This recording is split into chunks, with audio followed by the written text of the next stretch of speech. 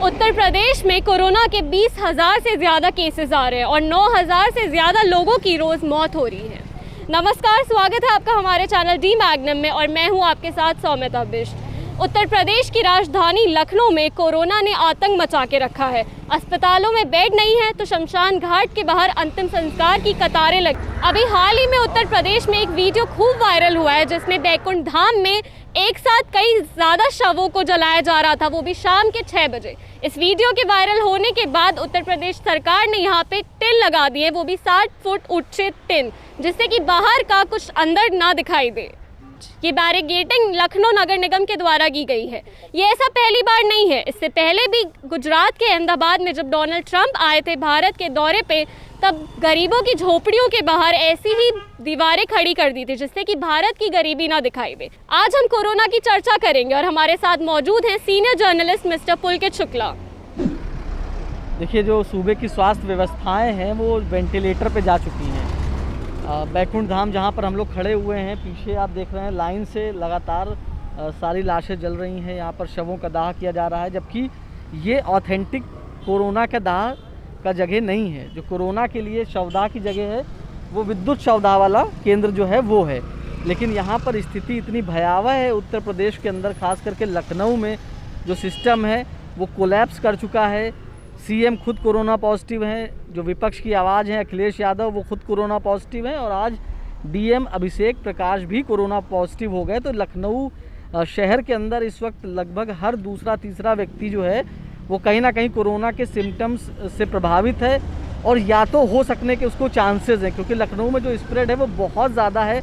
Daily के daily 6-6.5 हज़ार cases निकल करके आ रहे हैं, और जो विभागीय आंकड़ा है, जो सरकारी आंकड़ा है, वो मौतों का बड़ा छोटा सा है, लेकिन जो असल आंकड़ा है वो बहुत ज़्यादा है। क्योंकि लखनऊ में मैं बता दूं, केवल बैकुंठ धाम और गुल्लाला घाट ही नहीं है, आलमबाग में भी घाट है। आलमबाग के अलावा और कई सारे ऐसे घाट हैं जहाँ पर शवदाह होता है। इसके अलावा कब्रिस्तान भी है जहाँ पर शवों को दफनाया जा रहा है, वहाँ पर भी वेटिंग चल रही है। तो ये किसी एक जगह का मामला नहीं है, पूरे लखनऊ के हालात ऐसे हो चुके हैं, और अभी भी लोग सतर्कता बरतते नज़र नहीं आ रहे हैं। अभी भी लोग जो हैं वो अपनी उस जिम्मेदारी को नहीं उठा रहे हैं जो उनको उठानी चाहिए, और प्रशासन भी कहीं ना कहीं इस मामले में ढीला ढाला नज़र आ रहा है। इसमें जब रोज़ इतने केसेस आ रहे हैं, नाइट कर्फ्यू लग गया है, नाइट कर्फ्यू का समय बढ़ा दिया है, हर संडे को लॉकडाउन रखने को बोला है, तो ऐसे में उत्तर प्रदेश सरकार पूरा लॉकडाउन क्यों नहीं लगा देती? क्या इसके पीछे पंचायत इलेक्शन है वजह? देखिए, सबसे बड़ी वजह तो है इलेक्शंस। बंगाल का इलेक्शन चल रहा है, उत्तर प्रदेश में पंचायतों का इलेक्शन चल रहा है, और एक जो और बड़ी वजह है वो ये है कि सरकार को डर है कि इकोनॉमी जो ऑलरेडी पिछले साल के लॉकडाउन के बाद बहुत नीचे जा चुकी है, उस इकोनॉमी का क्या हाल होगा, जो इस साल भी नीचे जा रही है। लगातार इकोनॉमी हमारी गिरती चली आ रही है। अभी पिछले क्वार्टर में इकोनॉमी संभली है, लेकिन अब अगले क्वार्टर की इकोनॉमी क्या होने वाली, क्योंकि आपने देखा इस लखनऊ में जितने भी व्यापारिक संगठन हैं उन सब ने लगभग अपने मार्केट्स बंद कर दिए हैं अगले 4-5 दिनों के लिए। तो उनको पता है कि खतरा किस स्तर का है। अभी जितनी देर से हम लोग यहाँ पर खड़े हैं, मेरा ख्याल है कम से कम आधे घंटे के अंदर 10 से 12 शव यहाँ पर आ चुके हैं, और कोई प्लेटफॉर्म खाली नहीं होता है। जैसे ही लाश का अंतिम संस्कार किया जाता है, वो लाश पूरी तरीके से जल भी नहीं पाती है, उसको किनारे करके प्लेटफॉर्म को खाली कर दिया जाता है। तो एक बहुत भयावह स्थिति है लखनऊ के अंदर, और पूरा देश अभी कहीं ना कहीं जूझ रहा है। और मुझे तो लग रहा है कि अब लखनऊ में कम्युनिटी स्प्रेड का भी खतरा जो है वो काफ़ी हद तक बढ़ चुका है। तो कहीं ना कहीं सरकार को तत्काल कुछ प्रभावी कदम उठाने चाहिए, जैसा कि कल गृह मंत्री, माफ़ कीजिएगा, पूर्व गृह मंत्री और अभी के रक्षा मंत्री राजनाथ सिंह जी ने DRDO की टीम भेजी, और यहाँ पर 2 अस्थायी अस्पताल, एक गोल्डन ब्लॉसम और दूसरा हज हाउस में तैयार करने के लिए कहा। तो DRDO की पूरी टीम आई और उन्होंने आकर के मुआयना किया। इसके अलावा जहाँ पर डिफेंस एक्सपो लगा था उस जगह के भी जो है देखा गया है, वहाँ का भी एक ब्यौरा लिया गया है कि क्या वहाँ पर अस्थायी अस्पतालों का निर्माण किया जा सकता है। इसी के अलावा 17 ऐसे प्राइवेट अस्पतालों को भी कोरोना का इलाज करने के लिए अधिकृत किया गया है। तो गवर्नमेंट कदम उठा रही है, लेकिन कोरोना कहीं ना कहीं बड़ा तेज़ है इस बार। कोरोना पिछले साल की तरह नहीं है कि सुस्त है या स्लो रफ्तार वाला है। कोरोना का इस बार सेकंड म्यूटेशन है। पहले मैं ये क्लियर कर दूं, ये पुराना वाला म्यूटेशन नहीं, ये नया म्यूटेशन है, कोरोना का नया वायरस है। तो ये इफेक्ट बहुत तेज कर रहा है, और भारत को इसने अपना घर बना लिया है। भारत की परिस्थिति के हिसाब से ढल गया है। पिछले साल ऐसा नहीं था, और हमने देखा था जब पीक पे भी केसेस थे तो इतने 2 लाख के ऊपर केस कभी भारत में नहीं गए थे जितने कि कल गए। तो अभी क्या है, लगातार बढ़ते जा रहे हैं आंकड़े और अगले 20-25 दिन बड़े क्रूशियल होने वाले हैं और अगले अभी मैं कह रहा हूँ 15-20 दिन इलेक्शंस में बचे हुए हैं। कोरोना जो है उसने अपनी स्पीड एयर में भी पकड़ ली है। साइंटिस्टों का ऐसा कहना है कि कोरोना एयर में भी स्प्रेड हो रहा है, तो क्या अब लोग शुद्ध हवा भी नहीं ले सकते हैं? मैंने भी इसी का जिक्र किया था आपसे कि कम्युनिटी स्प्रेड का खतरा है। कम्युनिटी स्प्रेड का मतलब ही यही है कि हवा से, क्योंकि इतने ज़्यादा लोगों को कोरोना हो गया है, जांच जो है वो बहुत कम हो रही हैं। अभी हम उस लेवल पर, इस लखनऊ में कम से कम 20,000 से ऊपर की जांच रोज़ होनी चाहिए। हो कितनी रही हैं? 10, 12, 15 हज़ार तक। तो अभी हम जांच के जो हमारा एक टारगेट होना चाहिए उससे काफ़ी पीछे चल रहे हैं। हमें सबसे पहले जांच बढ़ानी चाहिए, क्योंकि जो एसिम्प्टोमेटिक लोग हैं उनसे कोरोना ज़्यादा फैल रहा है। उन लोगों को जिनको ज़रा सी भी दिक्कत है फिर वो परेशानी खड़ी कर रहा है। और हम देख रहे हैं कि यहाँ पर लाशों का एक सिलसिला जो है आने का बदस्तूर जारी है। और पिछले कई दिनों से, ये एक दिन का मामला नहीं है, मैं बात करूँ तो पिछले लगभग हफ्ते भर से लखनऊ में, अगर आप आधिकारिक बात करें शव को दाह होने की, तो कम से कम लखनऊ में 200 के आसपास, 100 तो 125 तो कम से कम मिनिमम है ही है। उसके अलावा ऐसे तमाम और शमशान घाट हैं जहाँ का आंकड़ा नहीं आता है। तो अगर आप ऐड कर लीजिएगा तो लगभग 200 के आसपास ये, और कब्रिस्तानों का भी आंकड़ा अगर आप उठाएंगे तो 100 के आसपास लगभग, वो भी तो 200 से 300 के आसपास डेली मौतें हो रही हैं। अब जिस पर प्रशासन का कहना है कि कुछ लोग बाहर के भी हैं, बाहर से आकर के यहाँ पर क्रिमिनेशन करते हैं, यहाँ पर आकर के क्रियाकर्म करते हैं। हो सकता है इस बात में भी कुछ दम हो, लेकिन कड़े कदम तो उठाने पड़ेंगे, क्योंकि इस तरीके से चीज़ें अब संभलने वाली नहीं हैं और स्थिति जो है वो बहुत बिगड़ चुकी है, आउट ऑफ कंट्रोल है। टीकाकरण के लिए क्या ऐसा नहीं होना चाहिए कि 45 साल से कम वालों को भी इसमें शामिल करना चाहिए? क्योंकि जिस तरीके से हम देख रहे हैं कि कोरोना संक्रमण फैल रहा है तो 45 साल से नीचे वालों में ज़्यादा फैल रहा है। हालांकि उन लोगों को उतना इफेक्ट नहीं करता है, लेकिन दिक्कत उन लोगों के साथ हो जाती है जो लोग बीमार हैं पहले से। अब जो पहले से बीमार है उसके ऊपर ये म्यूटेशन बहुत तेज़ हमला कर रहा है, और जिसको ज़रा सी भी दिक्कत है तो फिर उसके लिए दिक्कतें हो रही हैं। ऑक्सीजन की दिक्कत है, हॉस्पिटल्स में बेड की दिक्कत है, और ऑक्सीजन की दिक्कत केवल लखनऊ में नहीं है, ऑक्सीजन की दिक्कत पूरे भारत में हो रही है। अब शिवराज सिंह चौहान मध्य प्रदेश के मुख्यमंत्री, वो नज़र रखे हुए हैं एक एक सिलेंडर के ऊपर, कहाँ से आ रहा है, कहाँ को जा रहा है। तो इंजेक्शन नहीं मिल पा रहे हैं, 2000 का इंजेक्शन जो है वो 10,000 रुपये में बिक रहा है। तो ये सारी बड़ी गजब की स्थिति है यहाँ पर। तो इसको संभालना पड़ेगा, इसको कहीं ना कहीं सरकार को तत्काल प्रभाव से, और जितने जिम्मेदार लोग हैं वो सब खुद पॉजिटिव हैं। योगी जी पॉजिटिव हैं, डीएम अभिषेक प्रकाश लखनऊ के आज वो कोविड पॉजिटिव हो गए। तो कई सारे आईएएस हैं, आज खबर थी शायद मुख्यमंत्री के सचिव आलोक कुमार जी भी कोरोना पॉजिटिव हो गए। तो जब इस तरीके के जिम्मेदार लोग पॉजिटिव हो रहे हैं, जो कि अच्छी सुरक्षा में रहते हैं, अच्छी चीज़ें हैं, तो फिर बाकी जो लोग आम इंसान हैं जो रोड के ऊपर चल रहे हैं उनके संक्रमित होने के चांसेस बहुत ज़्यादा हैं। तो सरकार को मेरा यही अनुरोध है कि आप तत्काल प्रभाव से कुछ ना कुछ कड़े कदम उठाएं, चाहे वो लॉकडाउन का हो। अगर लॉकडाउन नहीं कर सकते हैं तो एक लिमिटेड लॉकडाउन आप कर सकते हैं कि हम, हो सकता है दोपहर में हम शॉप्स बंद कर दें, शाम को खोलें, या इस तरीके का कुछ करके हमको करना पड़ेगा। क्योंकि एक बात तो तय है कि लखनऊ वासी जो हैं वो समझ चुके हैं कि ये भाई इस बार का कोरोना बड़ा ख़तरनाक है। तो रोडों के ऊपर हम देख रहे हैं खुद से ट्रैफिक कम है, मार्केट बंद हो चुकी हैं, लेकिन ऑफिस जाने वालों का तो ऑफिस जाना बदस्तूर जारी है। ठीक है ना। तो ऐसे में सरकार को कड़े कदम उठाने चाहिए, और वर्क फ्रॉम होम का जो एक पॉलिसी है वो तत्काल उनको शुरू करना चाहिए। और जो उत्तर प्रदेश सरकार ने यहाँ पे जो टिन लगाए हैं जिससे कि बाहर का कोई इंसान देख ना पाए कि अंदर क्या हो रहा है, उसके बारे में आपका क्या कहना है? देखिए, एक बेगैरत किस्म की कोशिश है ये, ठीक है ना। इसको मैं यही कहूँगा कि भाई आप अगर छुपा सकते हो तो उन आंकड़ों को छुपाओ, आप रोक सकते हो तो उन लाशों को रोको यहाँ पर आने से, कि लोगों की मौत ही ना हो। उसको आप कुछ अच्छा कर सकते हो तो बेहतर करो। अब जो इन्होंने खर्चा इसमें कर दिया है उतने में यहाँ के कुछ व्यापक इंतजाम किए जा सकते थे, लेकिन अपनी बेशर्मी को छुपाने के लिए मैं कहूँगा यहाँ पर इन्होंने ये टीन शेड लगाने का काम किया है। क्योंकि वो एक वीडियो वायरल हो गया था, वो वीडियो झूठा तो था नहीं। अगर झूठा था तो सरकार कह दे आकर के भाई वीडियो झूठा है मत चलाओ, ये वीडियो हम बना रहे हैं, झूठा तो है नहीं, आज का वीडियो सामने चल रहा है। तो भाई अगर आपको कुछ करना है तो कुछ पॉजिटिव करिए भाई, ठीक है ना। वैसे ही कोरोना पॉजिटिव लोगों की संख्या बड़ी ज़्यादा होती जा रही है, नेगेटिव काम मत करिए आप।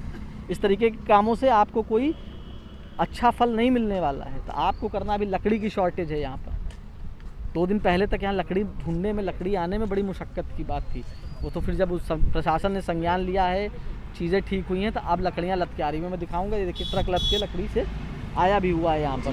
तो लगातार इस तरीके की व्यवस्थाएं आप करिए कि लोगों को आराम मिले, लोगों की जो मुश्किलें हैं वो उनका हल निकले, ठीक है ना। पूर्ण लॉकडाउन भी हल नहीं है। अब दिक्कत तो यही है, क्योंकि जान भी बचानी है और जहान भी बचाना है। तो भैया अब पहले क्या बचाया जाए, वो एक समस्या आन पड़ी है। और इलेक्शंस चल रहे हैं, उसके बीच में क्या हो सकता है, गवर्नमेंट की अपनी क्या मुश्किलात हैं, उसको गवर्नमेंट कैसे देखेगी, ये एक बड़ा प्रश्न है कि किस तरीके से वो निपटेगी इस स्थिति से। बहुत चुनौतीपूर्ण स्थिति है, क्योंकि ऐसा हो जाएगा ये किसी ने सोचा नहीं था। अब से अगर हम बात करें 15-20 दिन पहले कि जब अप्रैल शुरू हुआ था तो आंकड़ा बड़ा नीचे था, लेकिन इस वक्त आंकड़ा जो है वो अपने पीक पर जा रहा है। और कहा जा रहा है अगले करीबन 15-20-25 दिन तो ये पीक पे ही रहेगा। तो ये बड़ा क्रूशियल है अगले 20-25 दिन। तो हम ये भी काम कर सकते हैं ना कि अगर देखें कि कहाँ कहाँ लॉकडाउन की ज़रूरत है जी। तो बजाय पूरे शहर को बंद करने के, अगर जहाँ पर लॉकडाउन की ज़रूरत है वहाँ पर लॉकडाउन लगा सकते हैं। एक पर्टिकुलर एरिया में जहाँ पर ज़्यादा हॉट स्पॉट्स हैं, जहाँ पर ज़्यादा केसेस है, वहाँ पर हम लॉकडाउन लगाते हैं। तो इस पे ऊपर विचार करना चाहिए गवर्नमेंट को, और तत्काल प्रभाव से विचार न करते हुए कुछ ना कुछ एक्शन लेना चाहिए।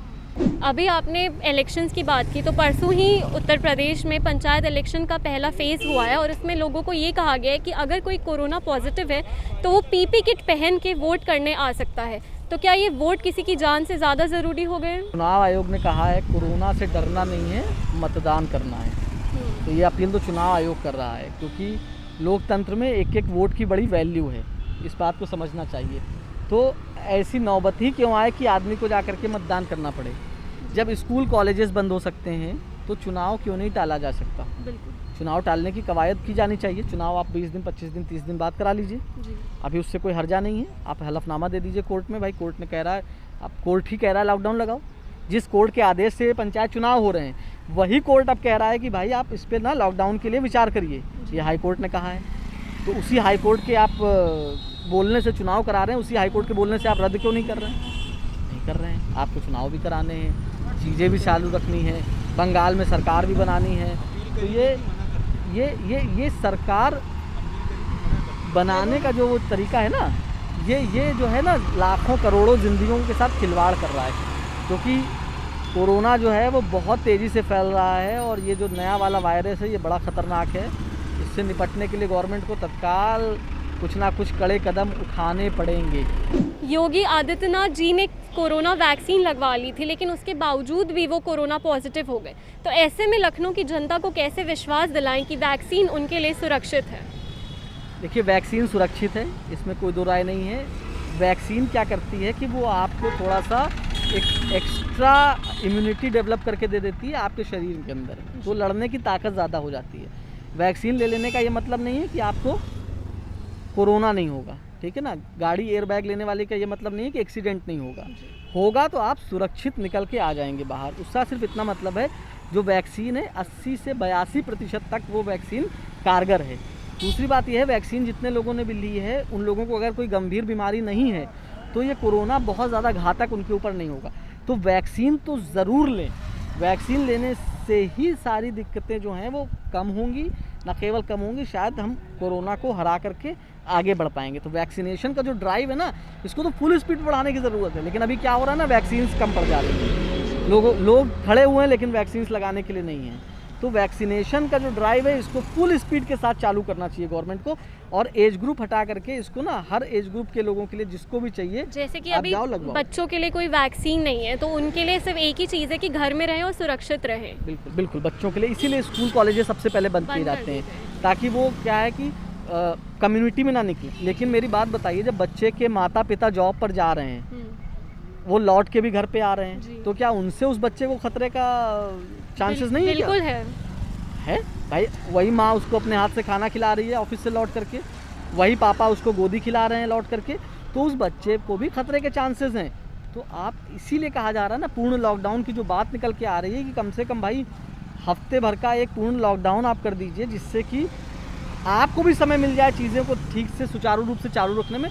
और दूसरी जो सबसे बड़ी समस्या है ऑक्सीजन की, तो उस ऑक्सीजन सिलेंडर्स की जो सप्लाई है उसको कहीं से भी करके आप शुरू करवाइए। ताकि वो सुचारू रूप से व्यवस्था, ऑक्सीजन मिलता रहे। अगर ऑक्सीजन मिल जाएगा तो मैं आपको बताऊं, जितनी भी मौतें हो रही हैं उसमें से ज़्यादातर इसलिए हो रही हैं क्योंकि ऑक्सीजन नहीं मिल पा रहा है, ऑक्सीजन की कमी से हो रही हैं। ये आंकड़ा सरकारी है। अभी आपने बोला कि जैसे वैक्सीन की कमी हो गई है इंडिया में, तो पहले हमने वैक्सीन विदेशों में क्यों भेजी कि अब हमें रशिया से स्पुतनिक वी मंगानी पड़ रही है? उस वक्त यहाँ पर इतना ज़्यादा स्प्रेड नहीं था कोरोना का, कम स्प्रेड था, तो गवर्नमेंट अपने हिसाब से चीज़ें यूज़ कर रही थी। और मैं अब बता दूं कि 10 करोड़ लोगों को टीका लगाने में भारत नंबर 1 पर है। 85 दिनों में 10 करोड़ लोगों को टीका लगा दिया। लेकिन जो दूसरी सबसे बड़ी गंभीर चिंता का विषय है वो हमारी आबादी है।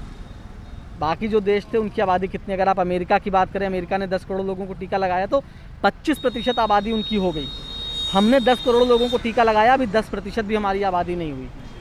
तो एक जो आबादी का है ना, नंबर्स हैं जो लोगों के, और यही कारण है कि डेंसिटी इतनी ज़्यादा है भारत के अंदर कि लोगों में बड़ी आसानी से कोरोना का म्यूटेशन भी फैल रहा है जाकर। और कहीं ना कहीं यहाँ पे लोगों की लापरवाही भी देखी गई कि सोशल डिस्टेंसिंग नहीं है, मास्क नहीं लगाया, सैनिटाइजेशन नहीं हो रहा है। वो तो जब अब जाके कोरोना जब बढ़ रहा है तब लोगों ने मास्क लगाना शुरू किया। अगर यही चीज़ पहले हो जाती तो शायद इतने केसेस सामने ना आते। भाई लोग किससे सीखेंगे? लोगों का हीरो कौन है? नेता लोग हैं ना। तो नेता लोग जब रैली कर रहे थे, इन्होंने मास्क क्यों नहीं लगाए? कौन से नेता ने मास्क लगा करके रैलियां की? किसी ने किया क्या? नहीं किया भाई। तो आप सारी चीज़ें केवल जनता पे कैसे सौंप सकते हो?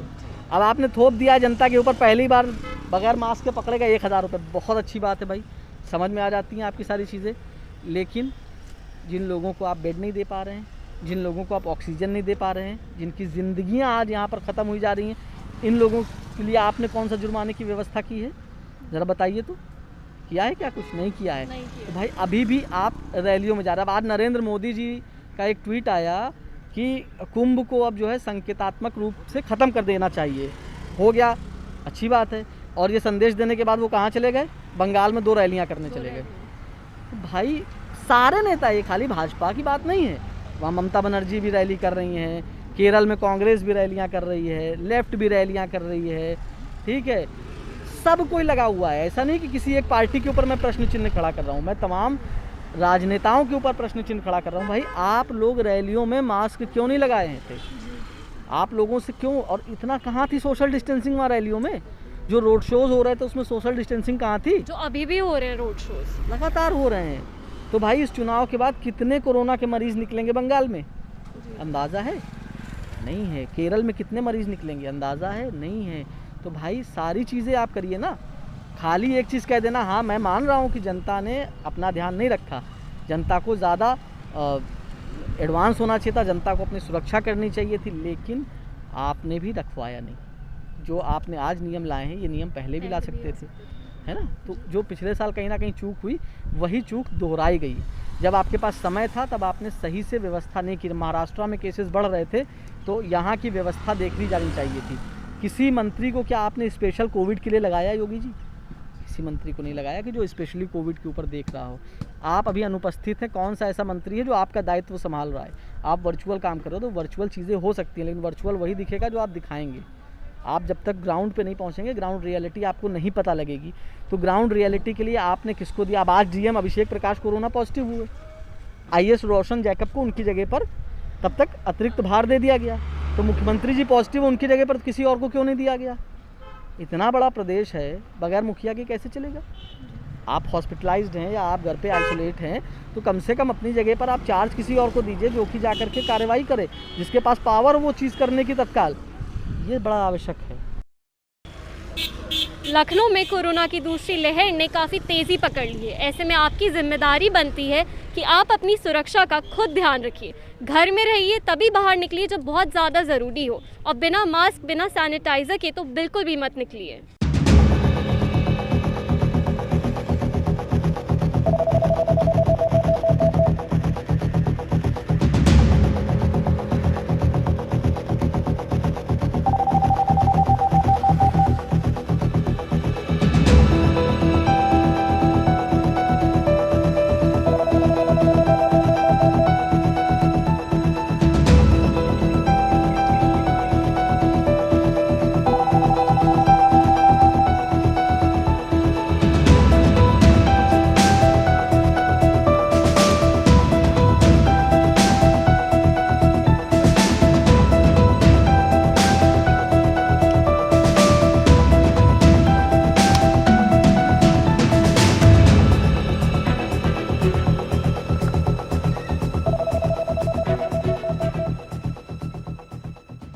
ऐसे हालात में बेहतर यही है कि वक्त रहते इंसान सतर्क होकर अपने जज्बात को काबू में रखकर अपने कदम पीछे हटा ले। आपसे फिर मुलाकात होगी, तब तक अपना ख्याल रखें, सुरक्षित रहें, सतर्क रहें। जय हिंद।